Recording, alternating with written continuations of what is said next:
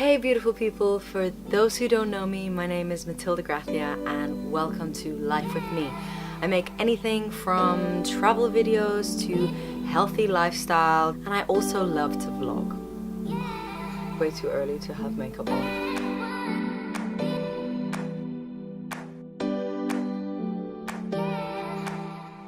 So as the video title suggests, for the month of January, me and my boyfriend Matt, we quit alcohol. So that was a 30-day challenge that we set up for ourselves. Me and Matt spent Christmas in Ireland this year. So as you would in Ireland, we were drinking pretty much every night. Like not too much, but it was definitely very frequently.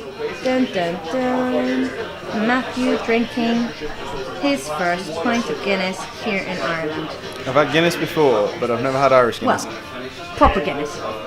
And of course we were there with family, so it was just a really nice excuse to, you know, be having fun and having a drink or two every night. Oh my god, the Guinness is so good, so how can you not go to Ireland, because it's great. So it was actually very natural for us to want a little break from alcohol after Christmas period. So without further ado, this is my experience alcohol-free for 30 days, pros and cons.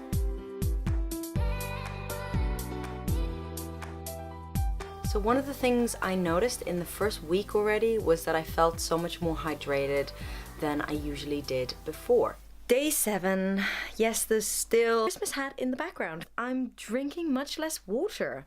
I must have needed way more water when I was having drinks every, I don't know, 2, 3, 4 days. So that's something quite curious, yeah. Vocalist, I'm conditioned to drink a ton of water, just, you know, hydrating them vocal folds. Since alcohol dehydrates the vocal folds, then just naturally to overcompensate for this dehydration, I must have been drinking loads more water. In this month, I still drank a lot of water, but I didn't need to drink so much water. I felt already much more hydrated. The second thing I noticed was definitely increased energy levels. I must say my energy levels feel like they've skyrocketed. It's so much easier to get out of bed in the morning, and I would literally just bounce out of bed in the morning. And I mean, this could be due to many factors. Having a structured morning routine helps as well. I felt like I had more energy throughout the whole day. So I was kind of expecting that would happen alcohol-free, and it's probably because I was having more restful sleep, which I did a little bit of research and I found out alcohol does disrupt your sleep. So even though you might fall asleep easier with a drink or two, as the night goes on, you will come out of that deep sleep and spend way more time than usual in that rapid eye movement, light disruptive sleep. It's called REM stage of sleep. So it makes sense that I had more energy. So today has been a really long day. But it's been good. So the third thing I realized is that I had much more clarity, and I realized this really quick as well. Around the first week, just didn't feel that cloudy feeling anymore, that fogginess in your brain after you've had a few drinks. To the contrary, when I was waking up, I was just feeling like my mind and everything in my mind was really clear. I also took advantage of this and did loads of journaling and loads of goal setting in the month of January. That was such a positive thing to do. Just my goals were really clear and I just had so much more clarity in my mind. I can't really explain it in any other way than that. So the fourth thing that happened was that I had way more productivity than before. So there was definitely a clear correlation between no drinking and increased productivity. And since I felt more energized, I had more clarity, it was so much easier to tap into that creative mind and get so much more work done. I was able to write new songs, develop some personal projects that I want to do. Level of work really increased by not drinking alcohol. So there is a downside to this. Alcohol really was something I could have in a social occasion with Matt, maybe to unwind at the end of a day. So I found that if I didn't have that actual clear cut, oh, it's evening time, I'm gonna have 1 or 2 glasses of wine and just stop working for the rest of the day, I ended up squeezing in about 3 extra hours of work every day, which some people might think, wow, that's amazing. But also I work pretty hard anyway.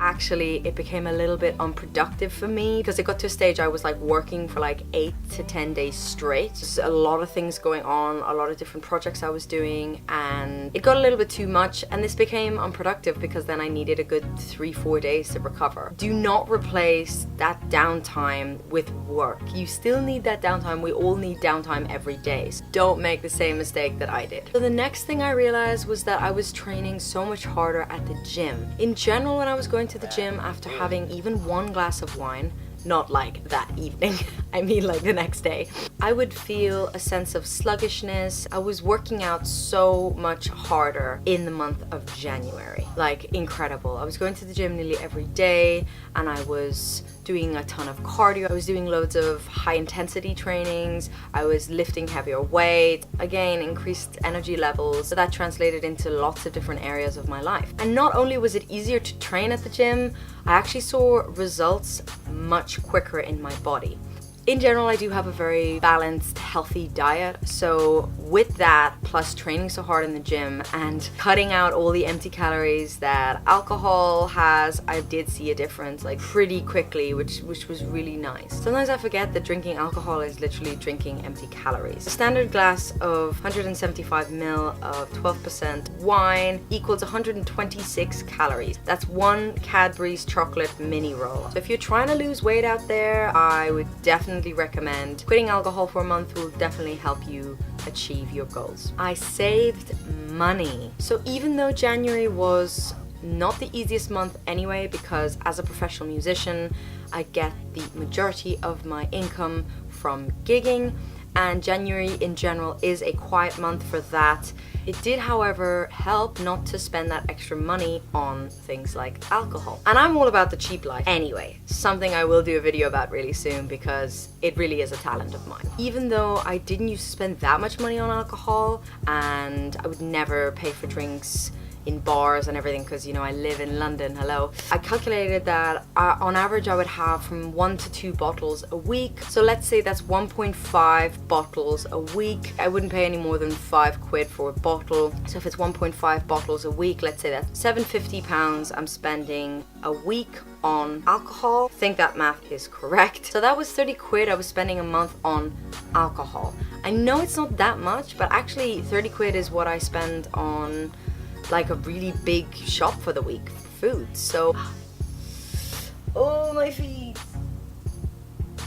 And the last thing I noticed from 1 month no alcohol was that my mental health in general improved. So when I was drinking, I was waking up the next day feeling just a little more down than I would on a regular day with no drink. And I found out that one of the main problems associated with using alcohol to deal with mental health problems is that regular consumption of alcohol changes the chemistry of the brain.